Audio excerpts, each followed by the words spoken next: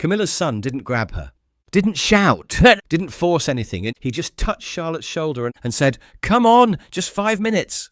No escort, no permission, no clearance. And when she stepped into that van, the only person who saw it happen was the Coldstream Guard on the terrace. He didn't wait for a command, didn't wait for the vehicle to stop, didn't wait to be told it was wrong. He ran, in full uniform, broke protocol, jumped barriers, chased the van down with a rifle strapped to his chest, and when he finally reached it, Charlotte pressed her hand to the glass. She didn't say a word, but he understood. She hadn't been handed off. She'd been taken. Now, before we show you exactly what happened next, and the moment he stood in the path of a moving van to bring Princess Charlotte home, drop a comment telling us where in the world you're watching from. Tap like, hit subscribe, and make sure that bell icon's turned on. Because today's story, it didn't end with a scandal. It ended with a guard who refused to look away. Windsor Castle often held its breath in the late afternoon. Not with tension, but with rhythm. That in-between stillness, where nothing was beginning and nothing was quite ending. Shift changes passed quietly. Staff rotated through tucked-away service halls, and the endless ceremony of the monarchy paused, just briefly, like a tide between surges. Sergeant Idran Cole stood motionless near the entry of the North Terrace lane. 34 years old, Coldstream Guard, Afghanistan veteran. Clean-shaven, dark-featured, his scarlet tunic sharp against the cool grey of the flagstone. The tall black bearskin hat atop his head cast a strict shadow across his brow. His posture was statue still, except for the constant scanning of his eyes. Not obvious, not fidgety, just quiet command. He was one of those guards whose presence never announced itself, but couldn't be ignored. Other men tried to look the part. Idran simply became it. This lane was his responsibility today. A discreet corridor, flanked by high stone and trimmed hedges, with electric carts and housekeeping vans passing at intervals. Each vehicle logged, each driver recognised. A silver housekeeping cart buzzed past, the woman behind the wheel offering a tight smile. Idran didn't return it. Not from rudeness, he simply wasn't trained to. Formal stillness was part of the job, and it made him better at noticing the things others didn't. And right now, something didn't fit. A steward, passing just 15 feet away, checked her watch twice in under 10 seconds. Her pace was too quick. Not running, not sloppy, just off. Further up the path, a guard on a nearby post adjusted his stance. As his radio crackled something garbled. Idran shifted the angle of his jaw slightly, tuning in. Too much static, but one word stood out faintly. Check. He didn't flinch, but inside his mind, gears began to turn. This was when it usually happened, when something small said everything large, not an alarm bell, not a scream, just the soft static of something unplanned. Princess Charlotte was scheduled to pass through this lane in under 3 minutes. Her tutoring session had ended in the North Conservatory. A short walk from here, standard route, low profile. She was 10 years old, and while not surrounded by crowds or flashing cameras this afternoon, she was still a royal child. That meant protocol, escort, visual continuity. But Idran saw no forward steward, no perimeter flag, and now there was a second pause in the air, heavier this time. Like the castle itself sensed a deviation. His fingers rested lightly on the rifle strap across his chest, not as threat, not as reaction, just preparation. Because something was coming before it was supposed to, and when it did, he knew he'd be the only one standing between calm and consequence. It appeared without fanfare, just a quiet hum from the top of the northern incline, a matte black civilian van. Idran spotted it the moment it crested the shallow bend. His eyes narrowed, not because it moved fast, but because it didn't. The van rolled forward slowly, deliberately, coasting down the stone ramp without urgency. No royal crest on the bonnet, no rear sticker for fleet tracking, no permit clipped to the inside of the windscreen. It didn't belong. Idran's voice didn't rise, just firm and even. Vehicle, identify, state your clearance. The driver, a man in his mid-40s with short sandy hair and a navy windbreaker, leaned slightly into view. He gave a light nod, too casual. "Just here to collect someone," he called. "All's arranged." Idran didn't move. "Collection must be on the log. State name and department." The driver paused. "Royal family. Internal pickup. I'm with one of them." That answer didn't exist. Idran tapped his radio. "Control, this is Post North 12. Unscheduled civilian vehicle entering perimeter. Operator claims royal affiliation. Requesting verification." He waited for Control's response. But before it came, the van's rear sliding door opened with a soft mechanical sigh. And Idran saw him, Camilla's son, stepping casually out of the van, wearing a dark charcoal overcoat, collar pressed, posture relaxed, like someone who had never once been told to wait. His hair was gelled, swept neatly back. His expression held that faint royal smirk Idran had seen too often from those who played close to power, but held none of its weight. "Sergeant," he said with false warmth, "I'm just collecting Charlotte. Short visit with her grandmother, nothing dramatic." Idran's tone didn't shift. "Princess Charlotte has not passed through this point." Camilla's son raised his eyebrows slightly, then glanced over his shoulder at the driver. It was a split-second look, but Idran caught it, the unspoken exchange between two men who already knew the route.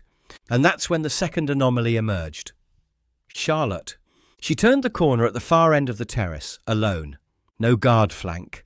No visible escort, just a flustered aide several paces behind, hair loose, folder in hand, breath caught in her throat as she tried to catch up. Charlotte walked slowly. She looked unsure, and Camilla's son was already moving, his hand lifting in a small wave, his voice lowering as he called to her, "Come on, sweetheart, your grandmother's waiting, we're running a little late." Idran took one step forward. Everything about this was wrong. And it hadn't even started yet. Charlotte slowed the moment she saw him. Camilla's son stood halfway between her and Sergeant Idran Cole, positioned like a gate she was meant to walk through. His smile was gentle, but not warm. His voice soft, but rehearsed. "Perfect timing," he said, stepping toward her with easy assurance. "Your grandmother wants a few minutes with you. Nothing formal, just pop in with me." Charlotte blinked, uncertain. Her hands tightened slightly around the folder she was carrying. Behind her, the aide finally caught up, red-faced and winded. "Sir, she's not supposed—" "We're behind schedule," Camilla's son cut in cleanly. "The consort needs her now." The aide opened her mouth again, but he lifted a hand, a polite, dismissive gesture that made her instinctively fall silent. Charlotte's gaze flickered between them. "Is Mama coming?" she asked quietly. "In a bit," he said. "Come along." He placed a hand on her shoulder, not gripping, not dragging, just guiding.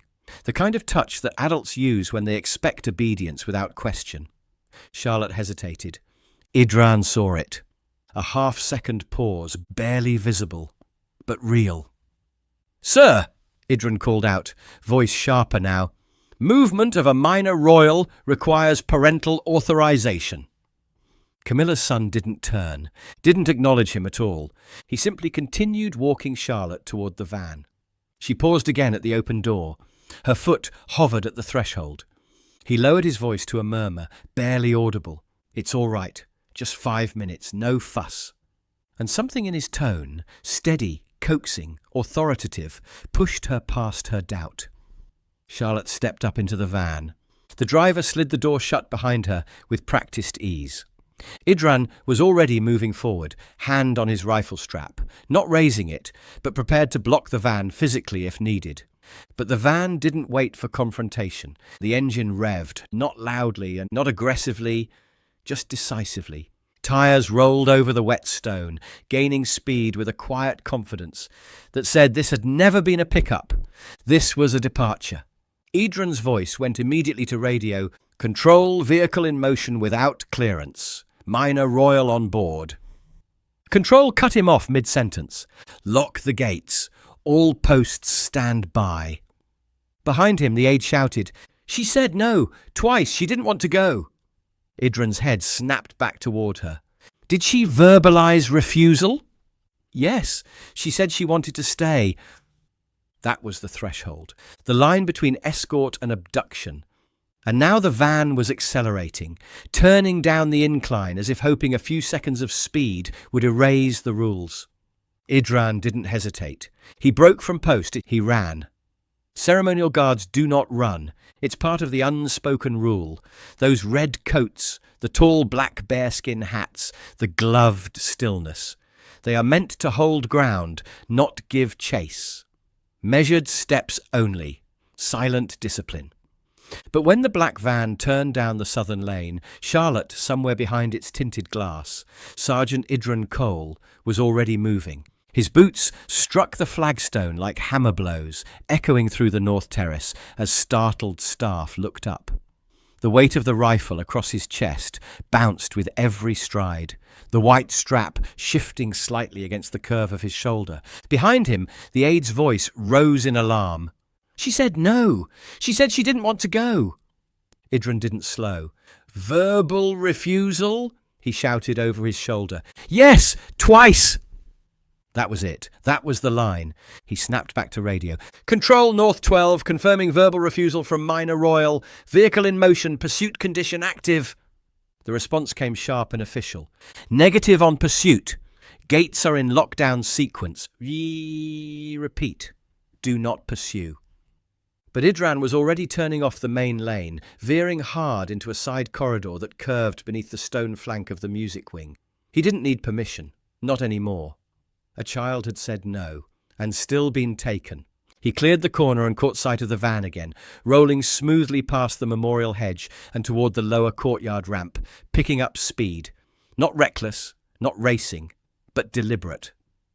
He cut across the grass, leapt over a low chain post that marked a restricted maintenance path. His left boot skidded slightly as he landed, but he corrected mid-stride, rifle bouncing harder now against his chest. Radio buzzed in his ear. Cole, respond. Perimeter command repeating, stand down. He didn't answer. Ahead, the van curved left again toward the archway that led to the lower grounds, and for a split second, he saw her, through the glass. Charlotte. Seated in the second row, small hands in her lap, head turned, her face pale, too still, and then, her hand lifted, pressed against the window, a palm, not waving, not signalling, just placed, like she was asking someone to see her. That was all Idran needed. He dug in harder, lungs burning under the weight of uniform and urgency. Every step slammed through the old stone, every breath louder than protocol would allow. He wasn't chasing an enemy, he was chasing a line that should have never been crossed. And in that moment, the scarlet tunic and polished boots meant nothing. Only one thing did. He was going to stop that van. The van wasn't fast, but it was confident. It rolled through the narrowing corridor toward the west arch, with just enough speed to suggest control. It hadn't encountered resistance, not yet, but Idran was ahead of it now. He knew this castle better than most of the stewards inside it, knew which corridors merged, which stairwells bypassed traffic. And most of all, he knew the lower courtyard arch could only be approached one way, from a narrow bend flanked by raised stone planters. He cleared the last turn just as the van did. They arrived at the arch simultaneously. The van's headlights caught him first. One flash of scarlet, one unmoving figure in the centre of the path. Idran stood square, legs braced, rifle strapped diagonally across his chest. One gloved hand raised, fingers extended. "Engine off!" he shouted through the windscreen. The driver jolted. Inside the van, brakes hissed. Tyres skidded slightly on the slick cobblestone as the vehicle slowed into an abrupt halt less than 6 feet from Idran's boots. No overreaction, no show of force, just a wall of absolute refusal. Idran repeated himself, voice deeper now. "Engine! Off!" The driver hesitated, then killed the ignition. Idran stepped to the right flank. His breath came fast, but his hands didn't shake. He circled the van with purpose, boots echoing under the arch. The passenger door opened before he reached it. Camilla's son stepped out, unfazed. "All right," he said coolly. "This is absurd." "Step away from the vehicle," Idran said. She agreed, Camilla's son replied. "There's no problem." "She verbally refused to enter," Idran countered. "That voids consent." Camilla's son flinched, just barely, but it was enough. His composure cracked. "Don't turn this into a scandal, Sergeant. She's fine." Idran didn't engage, and he moved to the sliding side door, rested his hand on the handle, paused, then pulled it open. The air inside was too warm. Charlotte sat near the window, knees together, hands still pressed to her lap. Her eyes flicked up, wide, uncertain, caught in the crossfire between compliance and fear. Idran didn't kneel, didn't offer his hand like she was a child lost in a crowd. He simply said, "Mom, you're all right now. Step toward me, please." Charlotte didn't speak, but she moved. She stood, her body stiff, and stepped down from the van. Idran shifted back immediately, placing himself once again between her and the open door, not blocking escape, but guarding against return, because now the vehicle was stopped. The danger wasn't moving, and Charlotte was back on the ground. The courtyard had gone nearly silent. Only the ticking click of the van's cooling engine and the soft patter of distant rain filled the space. Idran stood firm beside Charlotte, his eyes still on the vehicle, while Charlotte hovered near his side, quiet, small, and watching everything without saying a word. Then came the footsteps, fast, determined. Not the uncertain shuffle of aides, or the rehearsed pacing of royal staff. This was something else. Catherine rounded the stone edge of the courtyard with 2 palace officers at her flank, one on radio, the other scanning the van. She was breathless. Her coat was unfastened, her hair slightly wind-blown, and her eyes locked instantly on her daughter. She didn't run, but she didn't slow either. "Charlotte," she said, low and sharp, half panic, half relief. The girl turned immediately. "Mummy!" Charlotte crossed to her mother in 3 fast steps. Catherine crouched and caught her, one hand on the back of her daughter's head, the other tightening across her shoulders. No tears, no theatrics, just breath, held, then released. Then her voice dropped into something colder. "Did he take you without asking?" Charlotte didn't hesitate. "Yes?" Catherine looked up. Her expression changed in a second, no longer the mother reclaiming a child, but the royal who had just identified a threat. She turned slowly to face Camilla's son, who stood off to the side, arms folded like a man still pretending this could be explained away. "She's 10, Catherine said. "She is a child. You do not move her anywhere without speaking to her parents." He held up his hands. "It wasn't what it looked like." "You drove off," she cut in. "You ignored a guard's direct order." She wasn't crying, she wasn't panicking. "You're all treating this like—" She wasn't safe, Catherine said, and she knew it. Idran remained at his post, silent but square between the van and the 2 women. He didn't speak, but Charlotte remained tucked slightly behind his leg, even as Catherine kept an arm around her. Camilla's son looked to Idran now, tone defensive. "You're a ceremonial guard. You're trained to stand still, not run a chase through the courtyard."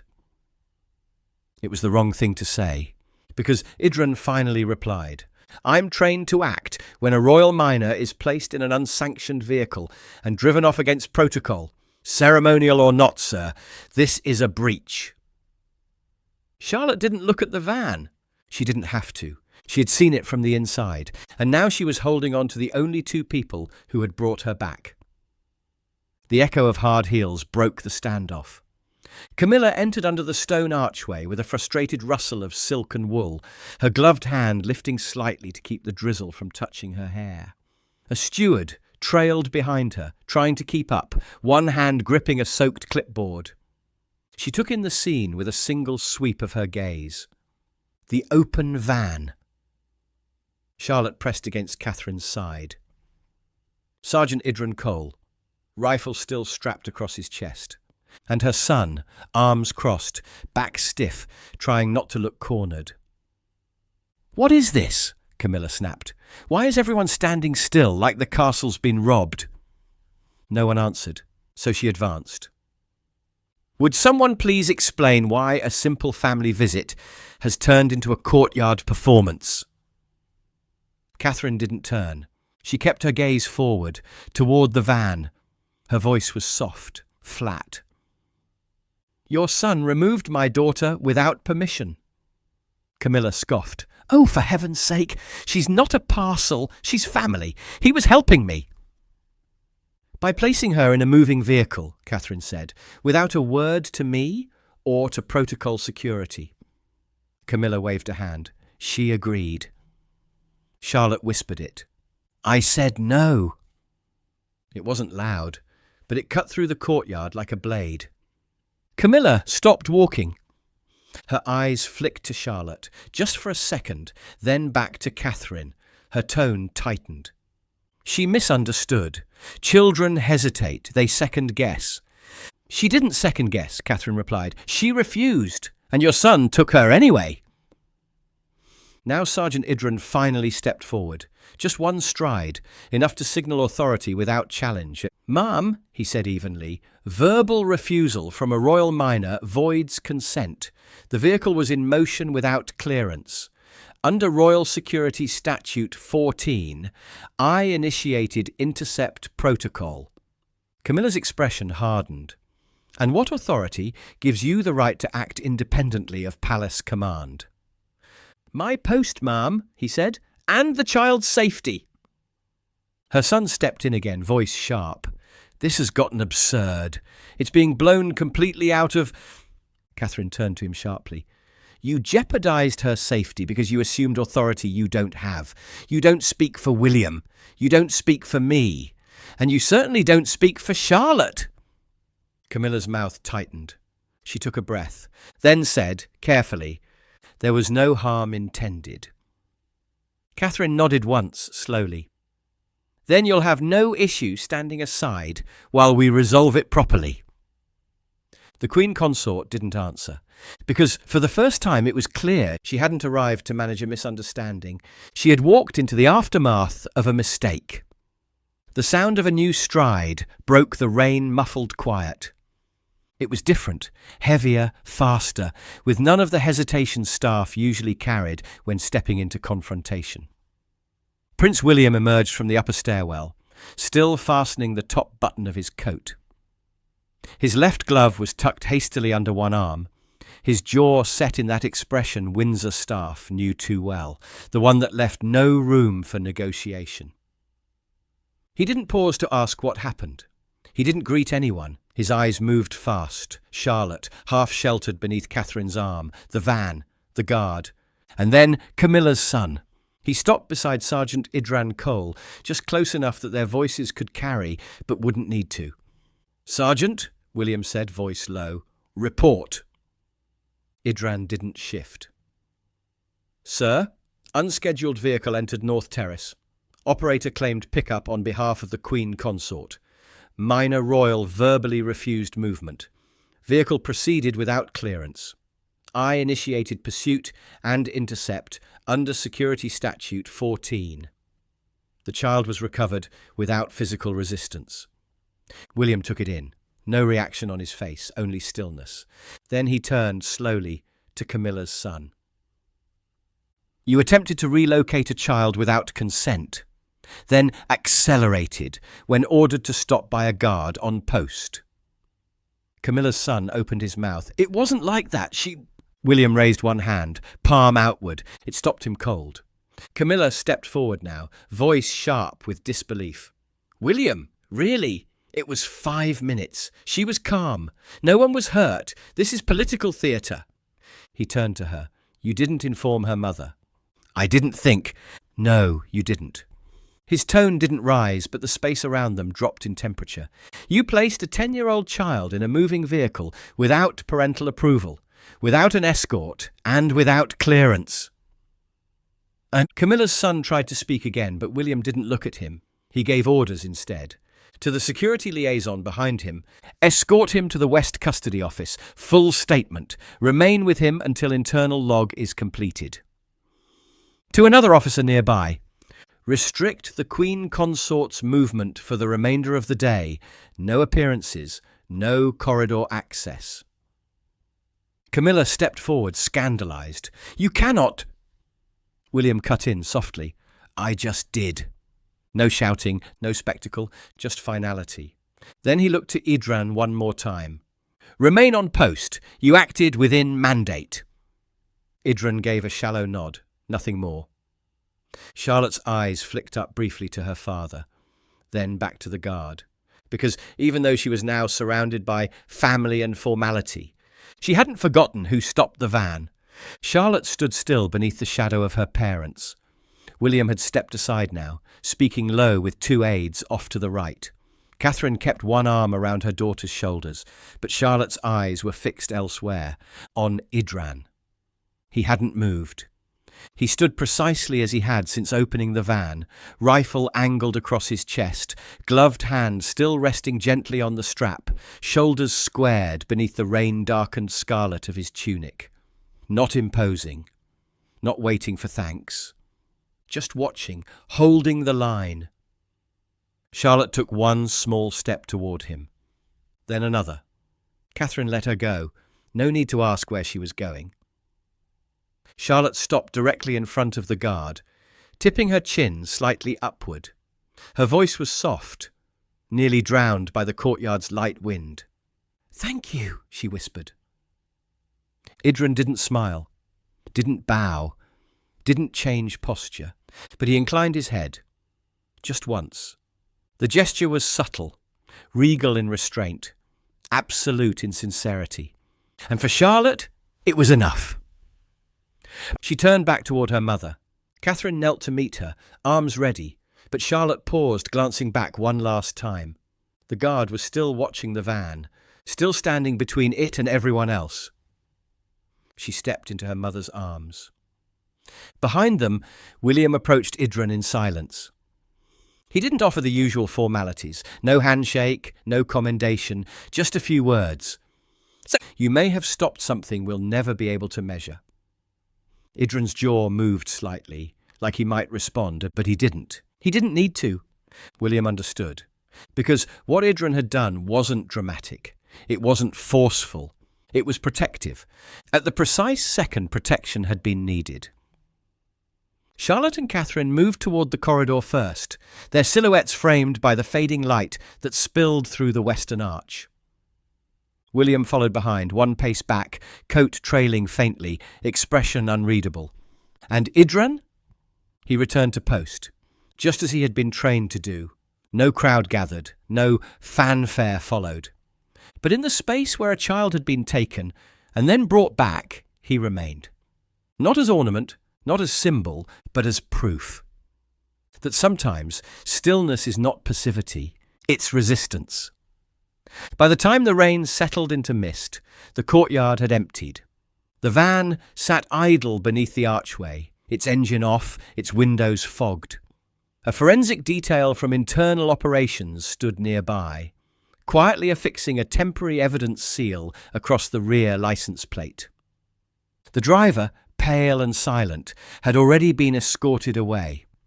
Camilla's son stood flanked by two security personnel, arms folded, his phone removed and jacket soaked through at the shoulders.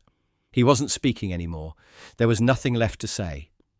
Camilla herself had not reappeared. She had been directed to the West Wing parlour for recalibration, though everyone knew what that meant. No appearances, no contact. And for the rest of the day, no movement outside her assigned wing. There would be no press release, no formal statement. Inside the palace, the incident would be reduced to a single line in the classified internal log. Unauthorized attempt to relocate royal minor. Intercept successful. No injuries sustained. Primary resolution achieved by on-duty ceremonial guard. Logged under Statute 14 authority. Charlotte sat in her private sitting room now, a navy blanket draped over her lap. A quiet tea tray rested untouched beside her. Catherine sat nearby, still in her raincoat, one hand resting lightly on her daughter's back. Charlotte hadn't spoken much. Just a few words about the van. About the moment she wanted to say no, but didn't know how. No one pressured her for more. Sometimes safety didn't need a debriefing. It just needed to be restored. Outside, Idran Cole stood motionless beneath the arch where it all ended. He had refused relief. 3 separate supervisors had offered to rotate him out once the report was filed, once the statements were taken.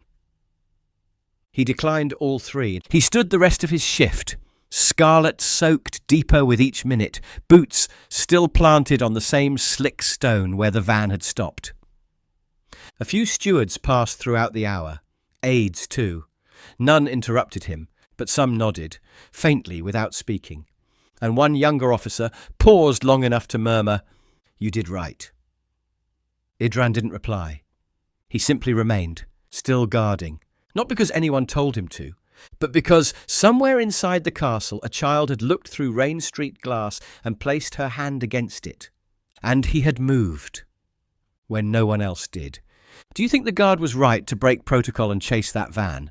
And should any adult, even family, be allowed to move a royal child without her parents present?